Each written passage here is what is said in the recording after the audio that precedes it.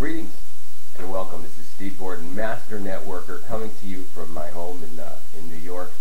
You know, it's the holiday season. It's early December, and I can't think of a better place on earth to be than New York during the holiday season. Fifth Avenue. If you've never had the opportunity to walk down the streets and look at all the stores, the shops, it's incredible. The tree at Rockefeller Center, people skating in the skating rink in Rockefeller Center. It's so beautiful. And I invite you to come. If you've never been, come take a walk down the streets of New York. You'll absolutely fall in love. It's a beautiful place. But you know, I've been involved in sales and marketing now for well over several decades, and I've developed a love-hate relationship with the with the holiday season. And you might ask me, well, why is that? Well, for some reason, and I suspect it's not just here in New York, but for some reason, starting around Thanksgiving, the whole world has this idea that it's okay to take a vacation. Maybe you've heard somebody in your business say to you, maybe one of your prospective clients say to you, "That's a great idea. I'd love to do business with you. Why don't you call me after the holidays?" What? You're not going to do business for the next 30 days? Hello? Drove me insane. And then of course come January, you need a few more days after the new year, kind of get yourself settled in. So literally from about the 20-something of November through about the 10th of January at the very minimum, nothing got done.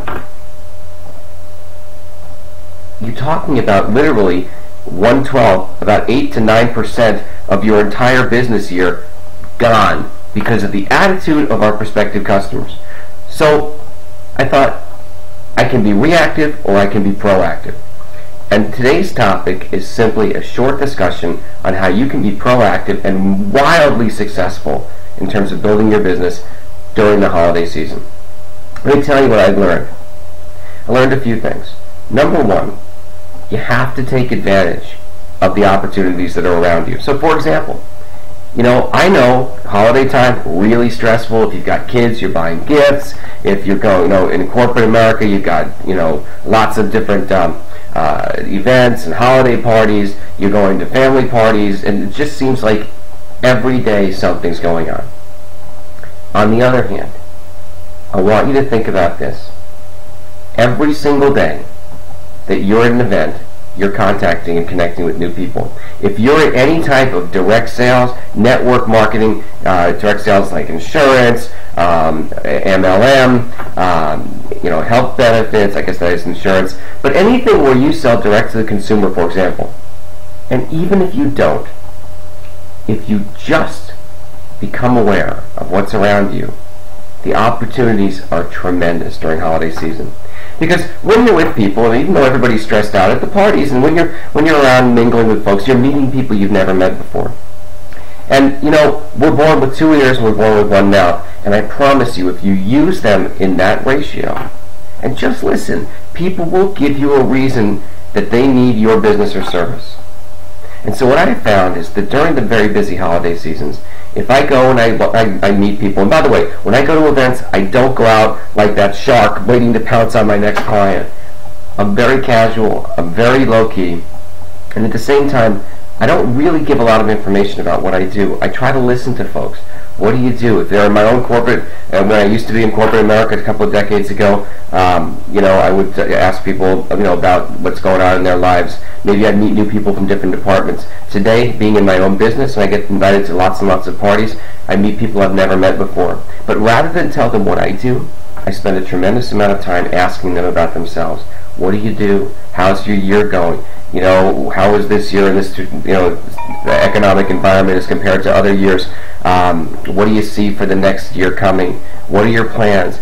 Do you have kids? What do you do for fun? I want to connect with these people on a personal level. And then my objective during that connection time is simply to find maybe 1 or 2 really quality people that I can then reconnect with later on. It's not about, getting in their face that moment at the party or at the event. It's about being able to follow up with somebody, to be able to pick up the phone a couple of days later, preferably the next day, and say, "Hey, Bob, Mary, this is Steve Gordon. I really enjoyed meeting with you yesterday at such and such an event, at Mary Jo's party," whatever it is. And, I mentioned to you that I did want to get back together with you and talk a little bit. Can we get together and have a quick cup of coffee sometime today, tomorrow, maybe before work, after work, during work, at lunch? I can come to you. Whatever it is, I'd like to learn a little bit more about what it is you do. And it's during that second meeting that everything happens, all the magic, because I ask and I learn, and at some point, they're going to ask a little bit more about what I do. And then I have the open door to walk through. And when the door opens, I do walk through. Here's the other thing that I've learned. There's this window of opportunity. And that window is between the day after Christmas and New Year's Eve. See, there's this incredible feeling of relief after Christmas is over. Everybody's been running around. There's the pressure to get out cards, to go to parties, people aren't eating as well as they should. Maybe some people are drinking more than they should. They're not exercising like they used to. And so you feel a little out of whack. You're not feeling great. You're definitely not sleeping as much as you should. And there's pressure.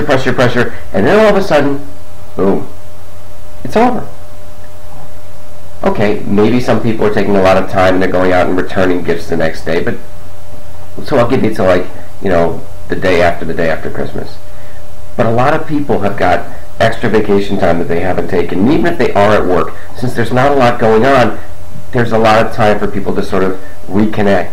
And I have found that I've done some of the most successful business deals that I've ever put together, and made the best connections during those 4, 5, 6, 7 days between Christmas and New Year's.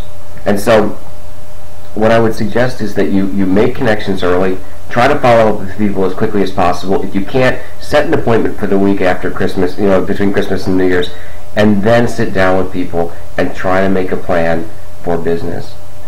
Remember, when life gives you lemons, you can pucker up or you can make lemonade.